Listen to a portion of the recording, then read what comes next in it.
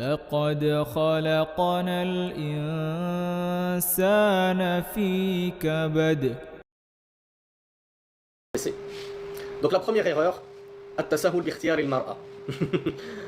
Et bien sûr, ça vaut pour les deux, hein. Ça vaut pour l'homme comme pour la femme. Le cheikh nous a dit, la première erreur, c'est d'être négligent dans le choix de la femme. Alors pourquoi pensez-vous que le cheikh, il a spécifié la femme alors que c'est tout autant une erreur de choisir un mauvais mari? N'est-ce pas mes sœurs? C'est pas vous qui allez me dire le contraire. Alors il y a Angel qui m'a apporté une réponse très pertinente, c'est celle que j'attendais. De même que Kenza, de même que Nusayba. Alors Benzema, qui est de retour parmi nous, me dit l'homme choisit plus le physique. Wassim, il m'a aussi apporté la réponse que je voulais. MJ aussi. Vous êtes nombreux à apporter cette réponse que j'attendais. Et c'est une réponse très logique. C'est que la femme, lorsque tu épouses une femme, tu n'épouses pas seulement un morceau de chair avec lequel tu vas finir tes jours. Tu épouses également, et parfois même avant tout, pour ceux qui sont vraiment aware, très intelligents, très attentifs, tu épouses avant tout la future mère de tes enfants. C'est elle qui va éduquer tes enfants quand tu ne seras pas là. Donc vous allez me dire, oui, ben, quand j'épouse un frère, c'est pareil, j'épouse le futur père de mes enfants, bien sûr. Et devons-nous rappeler que le père a aussi sa part de responsabilité d'éducation des enfants. Le problème, c'est que nous, en tant que mari, quel est notre devoir vis-à-vis de notre foyer? C'est de l'entretenir, c'est de gagner notre vie pour mettre du pain dans la bouche de notre épouse et nos enfants. Est-ce que notre épouse, on l'a vu dans un cours précédent, elle doit gagner sa vie pour faire vivre son foyer, pour nourrir son mari, pour faire 50-50 sur les factures d'eau et d'électricité? Absolument pas. On a dit quand bien même elle travaillerait, quand bien même elle serait même plus riche que son mari, elle n'est pas tenue de débourser quoi que ce soit de ses deniers pour faire vivre son foyer. Maintenant, si elle veut participer de bonne grâce, de bon cœur, aux dépenses du foyer, alors libre à elle. Tant qu'elle n'est pas contrainte et soumise, et qu'elle le fait de sa propre volonté, il n'y a aucun mal. Mais le mari, lui, il est contraint. Il est contraint alors il est contraint par qui? Par son épouse qui tient la casserole d'une main et le balai de l'autre main. Si tu ramènes pas plus de 3000 € par mois, tu dors sur le canapé. Le mari, il est contraint par Allah subhanahu wa ta'ala. Donc ne vous inquiétez pas mes sœurs, vous n'avez même pas besoin de sortir le balai et la casserole. On a peur de notre Seigneur. Je l'espère qu'on est tous dans ce cas. On devrait en tout cas tous être dans ce cas, avoir peur de notre Seigneur. Malheureusement, je vous l'ai dit hier en fin de cours, il y a des maris qui abusent. Il y a des maris qui ne respectent pas les droits de leur épouse, les droits de leurs enfants, et qui se causent du tort à eux-mêmes, avant même d'en causer à leurs ex-épouses, à leurs enfants, etc., etc. En réalité, ils sont d'abord injustes envers eux-mêmes, et ils goûteront avec l'amertume de leurs actes. Ils goûteront la conséquence de leurs actes, de ne pas avoir obtempérer aux ordres d'Allah et de son messager qui nous disait d'être des qayyimul bayt wa qayyimul mar'a, d'être le responsable de la maison, le responsable de la femme, celui qui est responsable de la nourrir, de la vêtir, de lui offrir un toit, et c'est pareil pour les enfants. Donc voilà pourquoi la femme elle est davantage concernée par le bon choix, parce que c'est surtout elle qui va éduquer les enfants. Et c'est pour ça que ça me fait très plaisir de voir que vous êtes, mes sœurs, autant nombreuses à ces séminaires. Et je le savais avant de me lancer moi-même dans les séminaires. Je savais que lorsque certains autres prédicateurs font des séminaires, c'est souvent les femmes qu'on retrouve à être présentes, à étudier la science, parce que, on va essayer d'excuser nos frères, vous avez plus de temps libre qu'eux, surtout lorsque vous êtes des femmes mariées, vous avez plus de temps libre que vos maris qui eux sont au travail, et du coup c'est très bien que la femme prenne des cours de science et qu'elle ne reste pas à la maison à se tourner les pouces ou à tricoter des petites chaussettes en laine pour son bébé. C'est bien de lui tricoter des chaussettes en laine, mais tu vas pas passer toutes tes journées à tricoter 10 000 chaussettes en laine. À un moment il aura son stock le bébé. Donc de ton temps libre tu vas faire quoi, Ourti? Tu lances Netflix, tu regardes des cochonneries, tu écoutes des cochonneries sur Spotify, tu perds ton temps dans la futilité. Alhamdoulilah, nous avons un grand nombre de sœurs en recrudescence, en constante augmentation, qui fait très plaisir, qui se lancent dans l'étude de la science. Alhamdoulilah. Et par cette étude de la science, elles pourront éduquer leurs enfants. Parce que ça se trouve que ton mari, justement, il est tellement absorbé par son travail pour vous faire vivre. Et c'est une ibada, on est d'accord mes frères? C'est une ibada, on est en train d'adorer Allah lorsqu'on travaille au tacos, je suis en train de servir des tacos. Est-ce que je suis récompensé lorsque je sers des tacos aux gens? Pourquoi je suis récompensé? Je suis récompensé mutlaqan de manière absolue? Ou il y a quand même une condition à apporter? Innamal a'malu binniyat, mes frères et sœurs. On n'a pas oublié le premier hadith quand même qu'on a étudié dans la playlist Al-Arba'in Al-Nawawiya. Ce premier hadith qui ouvre Sahih al-Bukhari. Les actes ne valent que par leur intention. Donc le frère qui travaille pendant 12 heures, 14 heures par jour pour faire vivre son foyer, s'il le fait avec l'intention d'obtempérer à l'ordre d'Allah, de prendre soin de son foyer, de s'occuper de son foyer, il sera récompensé. Donc t'inquiète pas Harry, ta femme elle aura son lot de récompenses pour éduquer ses enfants et leur apprendre la religion, et toi aussi tu auras ta récompense pour t'être acquitté d'un devoir dont Allah subhanahu wa ta'ala t'a chargé. Et si t'as pas trop le temps d'étudier la science, d'éduquer tes enfants, bah alhamdoulilah, empresse-toi de choisir une bonne épouse qui pourra t'épauler là-dedans. Cependant, mon conseil aux frères, je sais que c'est pas évident mes frères, je suis le premier concerné dans cette situation, moi-même en tant que prédicateur c'est très dur, de travailler toute la journée et de se dégager du temps pour enseigner à ses enfants. Et moi en plus, il faut que je me dégage du temps pour enseigner pour vous enseigner à vous, pour enseigner à mes élèves. Donc c'est très très difficile, surtout qu'en plus, dans la majorité des cas, on gagne pas un clou. Donc c'est vraiment pour la face d'Allah qu'on le fait. Donc on a tendance à se dire, ah oui, mais si c'est pour donner 10 heures de séminaire et repartir avec 200 euros, sachant que le séminaire tout seul il me coûte 100 euros, ça vaut pas le coup. Autant que je reste au boulot et je gagnerai bien plus en travaillant. Donc autant que j'arrête la da'wah, autant que j'arrête d'éduquer mes enfants, etc. et que je gagne ma vie encore plus. Voilà pourquoi certains frères vont jusqu'à cumuler 2 boulots, 3 boulots pour gagner toujours un peu plus. Mais moi je vous conseille, mes frères, de ne pas oublier qu'Allah subhanahu wa ta'ala nous a créés dans le but qu'on l'adore. Je n'ai créé les djinns et les hommes que pour qu'ils m'adorent. Donc c'est très bien que tu travailles, qu'Allah te récompense, Akhi, et qu'Allah te facilite ton travail, mais essaye de faire que ton objectif principal, ce ne soit pas forcément de vivre une vie de luxe ou de grande facilité. Le but de notre vie sur Terre, c'est pas forcément d'essayer d'atteindre les 3 000, 4 000 euros par mois pour vivre confortablement. Il vaut mieux, Akhi, que tu vives une vie frugale, de simplicité, de modestie, et qui te permettent de dégager un peu de temps pour ta religion, et d'étudier ta religion, et de pouvoir ensuite l'enseigner à ta femme, ou échanger avec ton épouse. Comme c'est beau un couple qui échange comme ça, le mari il a appris des choses, il l'apprend à son épouse, son épouse a appris des choses, elle échange avec son époux, et on grandit comme ça tous les deux dans la religion, c'est magnifique. Et je demande à Allah subhanahu wa ta'ala qu'il vous donne à tous des épouses et des époux pieux, pour que vous puissiez être dans ce cas-là. Et que tu te dégages du temps pour enseigner à tes enfants. Parce que tu es responsable de tes enfants, tu es responsable de leur éducation religieuse. Lorsqu'on est en terre d'islam, qu'on a fait la hijra, on a tendance à se dire, bah ça va, à l'école, ils ont la matière qui s'appelle Tarbiya Islamia, 1 à 2 heures par semaine, ça suffit. Mais si tu savais malheureusement ce que dans certains pays on leur apprend dans l'éducation religieuse, tu te dirais, oh là là, si je suis pas derrière pour surveiller, c'est une catastrophe. Et vont ressortir avec des bid'a. Moi je sais de quoi je parle. Je vous parle de mon expérience personnelle. On vient dire à mes enfants, la musique c'est pas haram, etc. C'est grave. Donc il faut être derrière pour surveiller.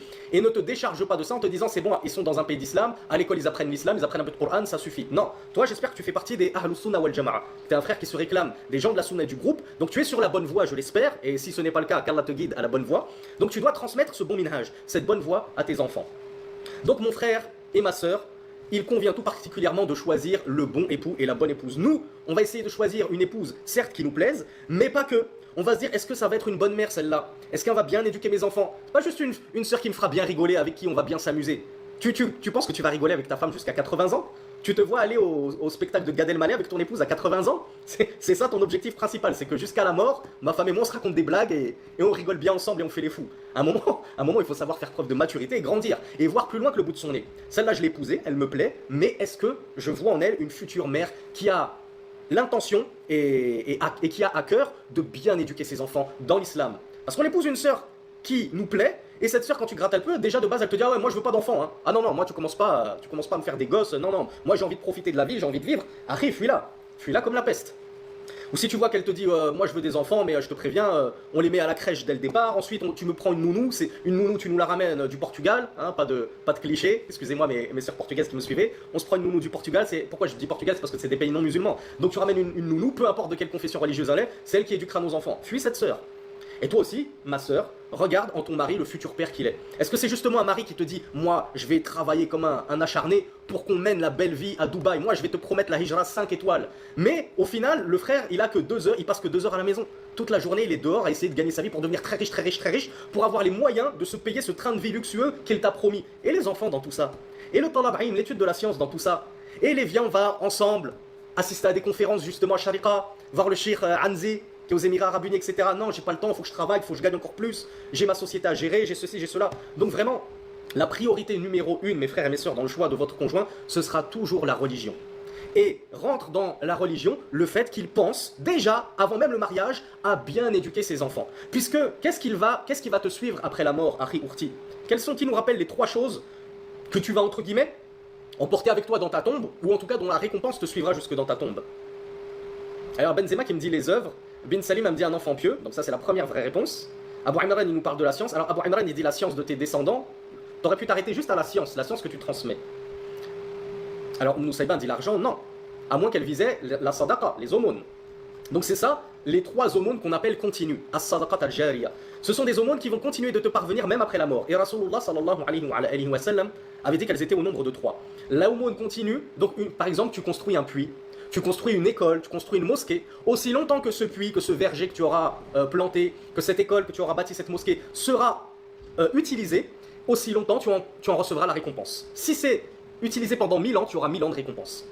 Ensuite, donc sadaqa al-jariya, al-ilm, la science que tu transmets et dont les gens vont tirer profit. Donc c'est pas uniquement la science que tu transmets à ton enfant, ça peut être la science que tu as transmise à tes parents, à tes voisins, à tes élèves, à tes amis. Tu fais darwa sur TikTok, aussi longtemps que ta vidéo elle sera sur TikTok et que les gens profiteront de ton appel, eh bien tu auras de la récompense. Et nous on motive toujours nos frères et nos sœurs à faire darwa, on n'est pas des coupeurs de route, mais il y a une condition, vous vous limitez strictement à votre niveau et à vos connaissances. N'essayez pas de jouer les apprentis chouyours. N'essayez pas de faire des fatwas à la sauvette. Vous avez bien vu que des prédicateurs qui ont soi-disant étudié font déjà un mal fou sur les réseaux sociaux en parlant sans science. Si déjà vous qui avez très peu étudié, vous parlez aussi sans science, c'est la catastrophe. Vous courez à votre perte. Donc comme on l'a vu, Miss France, la darwa c'est un couteau à double tranchant. C'est-à-dire que tu peux prendre de grosses hasanat et tu peux prendre de grosses sayyat si tu l'as fait mal et que tu l'as fait incorrectement en parlant sans science, en t'avançant à discuter de sujets que tu ne maîtrises pas. Et la meilleure des darwas, c'est de vous contenter de partager les paroles des gens de science. Si tu as un frère, une soeur qui a appris la langue arabe, qui maîtrise vraiment correctement la langue arabe, et que tu as un petit peu étudié, parce que traduire, c'est pas donné à tout le monde, mais si tu vois que l'allocution du shir, elle est assez simple à traduire, qu'il n'y a pas de termes techniques, et que c'est pas un sujet trop laborieux, si tu peux la traduire, tant mieux. Si tu peux la faire vérifier par un étudiant en sciences pour être sûr qu'il n'y a pas d'erreur, ou tu la fais vérifier par beaucoup de frères et sœurs qui ont la langue arabe pour voir si tu n'as pas fait des erreurs, ça c'est la meilleure des darwas, c'est de propager les paroles des gens de science. Et la troisième, parce que je crois qu'on a oublié la troisième source d'aumône, eh c'est un enfant pieux, à dire Rasulullah sallallahu alayhi wa sallam, qui va invoquer pour toi. C'est-à-dire qu'après ta mort, aussi longtemps que ton enfant pieux invoquera pour toi, Inch'Allah, Allah ne lui refusera pas son invocation. Et donc, tu en bénéficieras de toutes les invocations qu'il fera pour toi. Mais si cet enfant, justement, tu ne l'as pas éduqué, tu as laissé la rue l'éduquer, tu l'as laissé, comme on l'a vu dans des cours précédents, tu as laissé les clips de rap l'éduquer, les mangas, comment ça s'appelle, UFC, MMA, tout ça c'est ça qui a éduqué ton enfant, et ce n'est plus un enfant vertueux, c'est un enfant dépravé. Est-ce que tu penses que cet enfant, il va invoquer pour toi en bien? Peut-être que cet enfant, il fera même pas sa prière. Comment tu veux qu'Allah exauce les invocations de ton enfant si de base il ne fait pas la prière? Donc si tu vas avoir les hasanat d'un enfant pieux qui invoque pour toi, déjà tu sais que tu as la responsabilité de bien l'éduquer. Donc le cheikh nous dit wa inna mimma yata'akkadu ala murid az-zawaj an yahrisa ala az-zawjati ad-dayyina, pardon. Ce qu'il convient tout particulièrement de faire à celui, et là il parle des frères, qui cherchent à se marier, c'est de s'empresser de trouver l'épouse religieuse, l'épouse vertueuse, pieuse, qui aime sa religion, qui a envie d'augmenter sa science, qui a envie de s'élever dans la religion. Pas une femme qui te dit, moi mon seul but dans la vie c'est justement de vivre à 100 à l'heure à Dubaï, d'aller en boîte de nuit, de faire la fête, de m'acheter des sacs à main et des talons Louboutin, je sais pas quoi. Le cheikh nous dit, cette épouse qui va t'aider dans la religion. Comme je l'ai dit, une épouse qui va t'apprendre des choses sur ta religion que tu ne connaissais pas, qui va étudier avec toi la religion, vous allez vous soutenir mutuellement et vous élever et vous tirer vers le haut mutuellement. Ça va être un bon tanafous, une bonne concurrence entre toi et elle. Qui va finir le Coran le premier? Qui va apprendre les Arba'in al-Nawawiya le premier? Wa ala ta'at, cette épouse qui va t'inciter à pratiquer les bonnes œuvres. Ya Zawji, oh mon époux, tu sais que là on est dans les 10 premiers jours de Dhul Hijjah, ce serait bien qu'on essaye de jeûner tous les deux. Allez, on va essayer de se priver l'un de l'autre, on va essayer de jeûner ensemble et tout. Toi t'étais pas chaud, mais comme ta femme elle t'a motivé, elle t'a chauffé, et bien par sa cause, tu as fini par jeûner les 9 premiers jours de Dhul Hijjah. Donc ça c'est vraiment l'épouse à côté de laquelle il ne faut surtout pas que tu passes, mon frère. Wa hadha ma amara Allah bihi nabi. Et comme je vous le disais mes frères, il y en a tellement, des sœurs, Allahumma barik, en plus on les voit sur les réseaux sociaux. Moi, comme les gens, j'ai un peu tout petit audimat, je vois beaucoup de personnes sur mes comptes interagir. Et c'est Allah qui connaît le secret des cœurs. Moi, je ne suis pas là pour juger est-ce qu'un tel il est bon ou pas. Mais on en voit beaucoup des sœurs qui ont l'air bien, qui ont l'air de faire du khayr, qui ont l'air d'aimer leur religion, leur prophète, qui ont l'air d'aimer le tawhid, qui essayent de propager à leur modeste échelle, et on les voit se plaindre qu'elles sont seules. Et nous, qui est-ce qu'on va aller chercher? Des chrétiennes, des juives, des athées, des bouddhistes, parce que moi j'aime bien les asiates. Oh, ben c'est pas grave s'il y a les bouddhistes, c'est bon. Il y a pire. Bah oui, oui, il y a pire, effectivement. Il y a l'enfer. L'enfer, c'est pire. Donc ne délaissez pas vos sœurs musulmanes pour aller chercher ailleurs des sœurs qui ne leur arrivent même pas à la cheville. On a déjà des célibataires endurcis dans notre umma. Pourquoi vous les laissez dans le pétrin? Mariez-les, elles n'attendent que ça. Bien sûr, mes sœurs, on essaye de vous aider, de vous caser. On essaye de vous caser autant qu'on peut, mais vous aussi faites des efforts, les sœurs. Arrêtez avec vos critères, votre liste de critères comme ça, il y a 3 pages de critères, je veux qu'il soit comme si, il doit mesurer entre 1m80 et 1m85, wow, allez-y doucement. On l'a dit, la religion en priorité. Ensuite, il faut savoir faire des concessions. Si ça fait 10 ans que tu es dans une traversée du désert et que tu n'as pas trouvé de mari, ben peut-être que le problème il vient de toi, remets-toi en question, regarde si ta liste de critères elle n'est pas un peu trop salée et que personne n'a la Mastercard Gold pour payer l'addition. Pour payer une addition aussi salée. Donc revoyez vos critères à la baisse et Inch'Allah tout le monde sera gagnant. Le mari parfait n'existe pas. Il est mort il y a plus de 1400 ans. C'était Rasulullah sallallahu alayhi wa sallam. Depuis, il n'y a plus de mari parfait. C'est pas la peine de l'attendre, Urti. Je te le dis tout de suite, il ne viendra pas. Et toi aussi, Akhi, la femme parfaite n'existe pas. Les épouses du messager d'Allah sallallahu alayhi wa sallam wa radiyallahu anhunna n'étaient pas parfaites. Et lui, il a su faire des concessions avec ses épouses. Il a su prendre le bien en elles et être conciliant sur les petits manquements qui pouvaient surgir de leur part. Alors que dire de nous? Nous aussi on doit savoir patienter sur les défauts de nos épouses. Elle aura forcément des défauts ton épouse. Si tu attends de trouver la femme parfaite, eh bien tu vas finir tout seul. Rasulullah sallallahu alayhi wa sallam a dit: la femme, on l'épouse pour 4 choses. Qui d'entre vous va être capable de m'apporter les 4 choses? Celui qui ne connaît pas les 4, pas la peine de participer. Je veux quelqu'un qui a les 4 d'un coup. Alors Marie me dit famille, argent, beauté, piété. Effectivement, bravo Marie. On s'arrête à la réponse de Marie, c'est la première qui a apporté une réponse, en plus c'est la première bonne réponse. Mais je vois que vous êtes très nombreux à connaître les 4, et je demande qu'Allah fasse de vous, mes sœurs, une femme qui remplisse ces 4 conditions, et je demande qu'Allah donne à nos frères une femme qui remplisse ces 4 conditions. Rasulullah a dit que la femme allait épouser pour 4 choses. Pour son argent, pour les hasabiha, pour sa lignée, son prestige, parce qu'elle a une généalogie importante, elle vient d'une haute famille. Li jamaliha, bien entendu. Ah, mes frères, ils sont où les frères qui mettent la beauté en choix de critère number 1? Si elle n'a pas les yeux bleus, c'est même pas la peine. C'est rédhibitoire. Elle peut avoir appris Sahih Bukhari et Muslim par cœur. Si elle n'a pas les yeux bleus, c'est mort. Donc oui, Rasulullah, il a effectivement parlé de la beauté. Il a dit la femme, on l'épouse pour 4 choses. Donc on l'a vu, son argent, sa richesse, sa lignée, sa beauté. Et il a dit les diniha, pour sa religiosité, sa religion. Mais du coup, parmi ces 4 choses pour lesquelles on épouse une femme, quelle est la chose prioritaire que nous a recommandé de chercher Rasulullah et de faire passer en tout premier? Alors oui, vous faites les fanfarons, vous me dites tous la religion, mais est-ce que vous l'appliquez réellement, mes frères et mes sœurs? Là, je m'adresse aux célibataires endurcis. Est-ce que vraiment, puisque vous le savez tous, vous le mettez en pratique? Ou bien, on le sait dans notre cœur, mais quand il y a une sœur qui se présente et elle a 10-15 kilos de trop, alors que Allahumma barik, c'est une perle religieuse, c'est une perle dans son écrin, personne ne l'a encore touchée, personne n'a ouvert la coquille. Excusez-moi pour la métaphore maritime, qui sent l'huître, mais c'est le cas. Allah subhanahu wa ta'ala a décrit les hur, les femmes du paradis, les hur al-ain, comme des perles dans leur coquille. Parce qu'elles sont pures, elles n'ont été touchées par personne. Eh bien, est-ce que tu vas chipoter parce que la sœur a 10-15 kilos trop? Des kilos, ça se perd, Achid. Tu la mettras au sport. On l'a vu hier, avant-hier, les sports haram ou pas. Tu la mets dans un sport halal. Tu lui installes une piscine sur le staff, dans le jardin. Tu lui fais faire des brasses tous les jours. Et tu vas voir, ça va devenir la femme de tes rêves. Tu n'auras plus aucune excuse. Donc, mes frères, priorisez, et mes sœurs, priorisez la religiosité. Rasulullah sallallahu alayhi wa sallam a dit Fadfar bidhat ad-din taribat yadak. Là, il a été sévère, Rasulullah. Il a dit mets le grappin sur celle qui a la religion. C'est-à-dire, jette-toi sur celle qui a la religion. Ne la laisse pas te passer sous le nez, celle-là.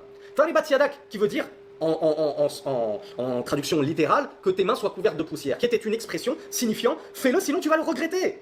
Tu vas le regretter amèrement si tu as laissé passer cette perle parce que tu as priorisé le physique. Tu as priorisé l'argent. Ah oui, mais celle-là, elle est pauvre. Ses parents, ils sont pauvres. Moi-même, je suis pauvre. Je comptais sur ma future femme pour gratter un loyer gratuit ou bien au moins qu'on fasse moitié-moitié. Le hadith, il est unanimement authentique. Donc ça, c'était pour la première erreur. On ne pouvait commencer par une autre erreur que celle-là. C'est le choix du conjoint.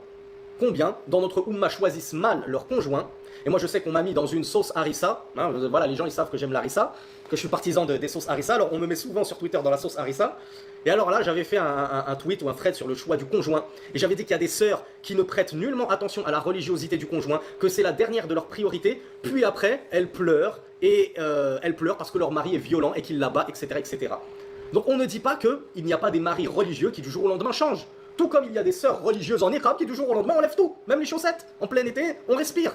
Mais, de base, ne viens pas te plaindre si de base, tu n'as pas suivi ce que t'a ordonné Rasulullah sallallahu alayhi wa sallam. Il t'a dit choisis la religiosité. Toi, de base, tu voyais que la personne ne priait pas. Et tu te dis, bon, c'est pas grave. De base, la sœur, elle ne se couvre pas décemment et elle fréquente les hommes. Tu te dis, c'est pas grave, elle est trop belle, je peux pas passer à côté d'un avion de chasse. Eh bien, l'avion de chasse, prépare ton parachute de sauvetage parce qu'il va finir par s'écraser et il va t'éjecter à 3000 km dans les airs.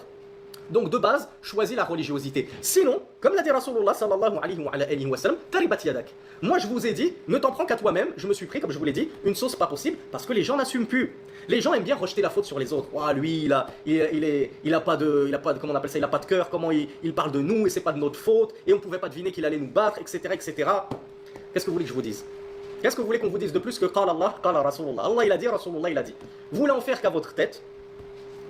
Eh bien moi je ne suis pas responsable de la mauvaise vie conjugale qui découlera du mauvais choix d'un conjoint qui n'avait pas la religion parmi ses critères prioritaires.